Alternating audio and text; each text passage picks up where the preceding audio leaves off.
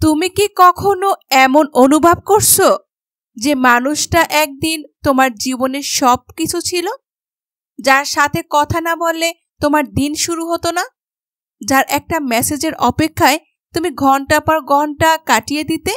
সেই মানুষটা হঠাৎ করে তোমার জীবন থেকে কোনো কারণ ছাড়াই হারিয়ে গেছে। তোমার কল, তোমার মেসেজ, তোমার হাজার আকুতির কিছুর কোনো জবাবই নেই। চারিদিকে শুধু অদ্ভুত নীরবতা, যা তোমার ভেতরটা কুঁকড়ে খাচ্ছে। মনে হচ্ছে তোমার বলা কথাগুলো যেন বাতাসে মিলে যাচ্ছে তার কাছে পৌঁছানোর আগে। যদি তোমার সাথে এমনটা হয়ে থাকে, যদি তোমার হৃদয় এই নীরব যন্ত্রণাটাকে অনুভব করে থাকো, তাহলে আজকের এই কথাগুলো শুধু তোমার জন্য। আজ আমি তোমাকে সেই সত্যটা বলবো, যা জানার পর তোমার ভাঙা মনকে এমনভাবে শক্ত করতে পারবে যা আগে কখনো কল্পনাও করনি। এই অনুভূতিটা কতটা ভয়ঙ্কর তা কেবল সেই বোঝে যার সাথে ঘটেছে। একটা সময় ছিল যখন তুমি ছিলে তার পৃথিবী। তোমার ছোট ছোট কথা, তোমার হাসি, তোমার অভিমান সবকিছু তার কাছে মূল্যবান ছিল। আর আজ তুমি তার কাছে এতটাই অপরিচিত যে তোমার অস্তিত্বের কোনো মূল্যই যেন তার কাছে নেই। এই পরিস্থিতিতে আমাদের মন কি চায়? আমাদের মন চায় চিৎকার করে কাঁদতে, তাকে গিয়ে প্রশ্ন করতে আমার ভুলটা কি ছিল।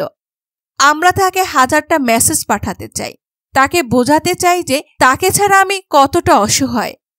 অনেকে ভাবে এই 5টি কাজ করলে বা ওই 10টি কথা বললে হয়তো হারানো ভালোবাসা ফিরে আসবে। কিন্তু সত্যটা হলো, যখন কেউ চলে যাওয়ার সিদ্ধান্ত নিয়ে ফেলে, তখন তোমার চোখের জল, তোমার আকুতি তার কাছে মূল্যহীন হয়ে যায়। বরং তোমার এই আচরণগুলো তাকে আরো বেশি বিরক্ত করে এবং তোমার আত্মসম্মানকে মাটির সাথে মিশিয়ে দেয়। তাহলে কঠিন পরিস্থিতিতে তোমার কি করা উচিত? এই উত্তরটা লুকিয়ে আছে প্রাচীন এক দর্শনে, যার নাম স্টোইসিজম। এই দর্শনে আমাদের আবেগ নিয়ন্ত্রণ করতে শেখায় না, বরং আমাদের শেখায় আবেগের উপর আমাদের প্রতিক্রিয়া কিভাবে নিয়ন্ত্রণ করতে হয়। স্টোইসিজম বলেন, যা তোমার নিয়ন্ত্রণের বাইরে তা নিয়ে আফসোস করে কোনো লাভ নেই। কে তোমার জীবনে থাকবে, কে চলে যাবে, সেটা সবসময় তোমার হাতে থাকে না। কিন্তু সে মানুষটা চলে যাওয়ার পর তুমি কিভাবে নিজেকে সামলাবে, সে নিয়ন্ত্রণটা পুরোপুরি তোমার হাতে। আর এখানেই আসে নীরবতার অবিশ্বাস্য শক্তি। যখন তুমি সব রকমের যোগাযোগ বন্ধ করে পুরোপুরি চুপ হয়ে যাও, তখন থেকে আসল খেলাটা শুরু হয়। তোমার এই নীরবতাই হয় তোমার সবচেয়ে বড় অস্ত্র। প্রথমত, নীরবতা তোমার আত্মসম্মান রক্ষা করে। যখন তুমি কারোর জন্য কাঁদো, তাকে বারবার ফোন বা মেসেজ করো, তখন তুমি তাকে এই বার্তা দাও যে তাকে ছাড়া তোমার জীবন অচল। তুমি নিজের অজান্তেই তোমার সমস্ত ক্ষমতা তার হাতে তুলে দাও। সে যখন তোমাকে নিয়ন্ত্রণ করার সুযোগ পেয়ে যায়, কিন্তু যখন তুমি চুপ থাকো, তখন তুমি তাকে দেখিয়ে দাও যে তোমার সুখ বা শান্তি তার উপর নির্ভরশীল নয়। তুমি নিজের জীবন একাই চালাতে পারো।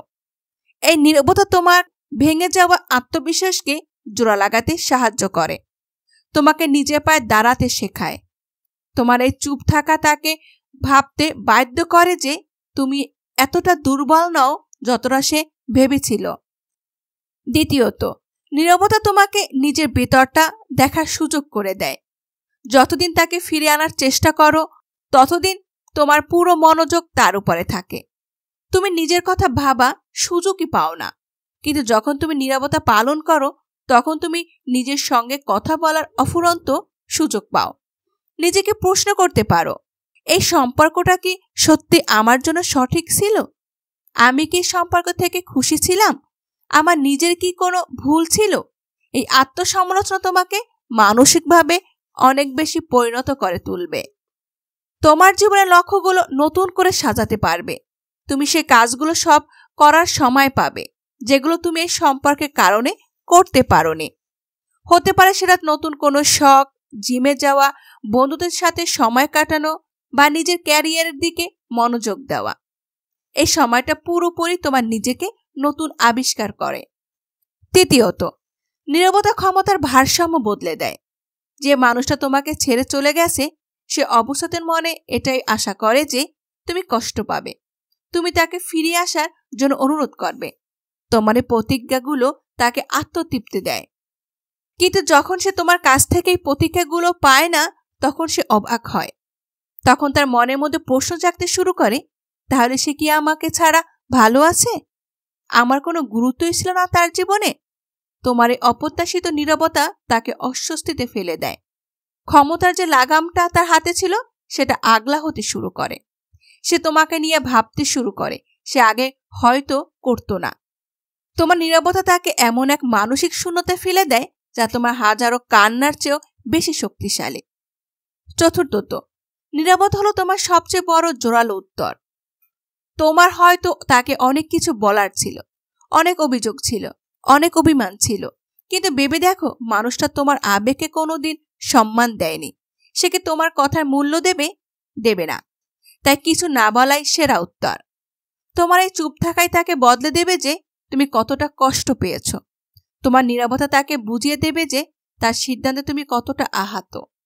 এমনও হতে পারে যে অনেকদিন পর সে নিজেই তোমাকে মেসেজ করবে, জানতে চাইবে তুমি কেমন আছো।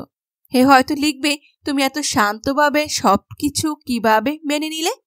তুমি কি আমাকে কখনো ভালোবাসোনি? আমার গল্পটাও অনেকটাই এমন। সে যখন বলেছিল আমাদের আলাদা হয়ে যাওয়া ভালো, সেদিন আমার ভিতরটাও একেবারে গুড়িয়ে গেছিল। আমার শরীরে প্রতিটা শিরা, প্রতিটা নিঃশ্বাস চিৎকার করে বলেছিল, প্লিজ আমার সাথে কথা বলো। কিন্তু আমি চুপ ছিলাম। আমি শুধু বলেছিলাম, তুমি যেটা ঠিক মনে করো সেটাই করো। এরপর আমি ফোন কেটে দিয়েছিলাম। এরপর কি হয়েছিল? সে চলে গেছিল। মাসের পর মাস আমি তাকে সোশ্যাল মিডিয়ায় দেখেছি, তার নতুন জীবনের গল্পগুলো দেখেছি। আমার বন্ধুরা ভেবেছিল আমি হয়তো মুভ অন করেছি, কিন্তু সত্যিটা হলো আমি মুভ অন করিনি। আমি নিজেকে বাঁচিয়েছি। আমি রাতের পর রাত বালিশে মুখ লুকিয়ে কেঁদেছি, কিন্তু সে কান্নার আওয়াজ কেউ শুনতে পায়নি। আমি সকালে উঠে দৌড়াতে যেতাম বা বাবা মায়ের সাথে সময় কাটাতাম আর নিজের সঙ্গে কথা বলতাম। আমি নিজেকে প্রশ্ন করতাম, আমি কি এতটাই দুর্বল যে কারো চলে যাওয়ায় ভেঙে পড়ব? আমার অস্তিত্ব কি তার উপর নির্ভরশীল? আমি নিজেকে এতটাই শক্ত করে গড়ে তুললাম, আমার আর কারো প্রয়োজন পড়ল না। নিজের প্রতি ভালোবাসার মানুষ আমি নিজেই হয়ে উঠলাম। আর ঠিক তখনই অনেক মাস পর তার মেসেজ এলো। সে অবাক হয়েছিল আমার নীরবতা দেখে। আমি তার মেসেজের কোনো উত্তর দেইনি, কারণ আমার নীরবতাই ছিল আমার উত্তর। তাই জেনে রাখো, চুপ থাকাটাই শক্তি। যখন তুমি চুপ থাকো, নিজের সংযুক্ত থাকো, তুমি সামনের মানুষটাকে ভাবার সুযোগ দাও। আর সবচেয়ে জরুরি হলো তুমি নিজেকে ভেঙে পড়া থেকে বাঁচিয়ে রাখো। স্টোরি সিজনের শেখায় কষ্টের মধ্যে কিভাবে মর্যাদা নিয়ে দাঁড়িয়ে থাকতে হয়। যদি কেউ তোমাকে ছেড়ে চলে যায়, তোমাকে ঠকায় বা এমন যন্ত্রণা দেয় যা ভাষা প্রকাশ করা যায় না, তাহলে আজ শুধু একটা কথাই মনে রাখো, তোমার কিছু বলার প্রয়োজন নেই। শুধু চুপ থাকো। তোমার অস্তিত্বকে ভেঙে পড়তে দিও না, কারণ যখন তুমি ভিতর থেকে দৃঢ় থাকবে তখন তারা নত হবে, যারা একদিন তোমাকে ফেলে চলে গিয়েছিল। চুপ থাকা কোনো দুর্বলতা নয়, এটা সেই শক্তি নিজের ভিতরে ধরে রাখে কিন্তু বাইরে তার আঁচড় লাগতে দেয় না। পরের বার যখন তোমার হৃদয়ের সবকিছু বলে দিতে চাইবে, তখন নিজেকে বলো, আমি একজন স্ট্রেক, আমাকে উত্তর দেওয়া নয়, নিজেকে সামলানো প্রয়োজন। কারণ যে নিজেকে হারায় না তাকে কেউ হারাতে পারে না। যদি আজকের এই কথাগুলো আপনার হৃদয়ে কোথাও নাড়া দিয়ে থাকে, যদি মনে হয় এই নীরবতার শক্তি আপনারও প্রয়োজন হয়, তাহলে এই যাত্রায় আমার সঙ্গী হন।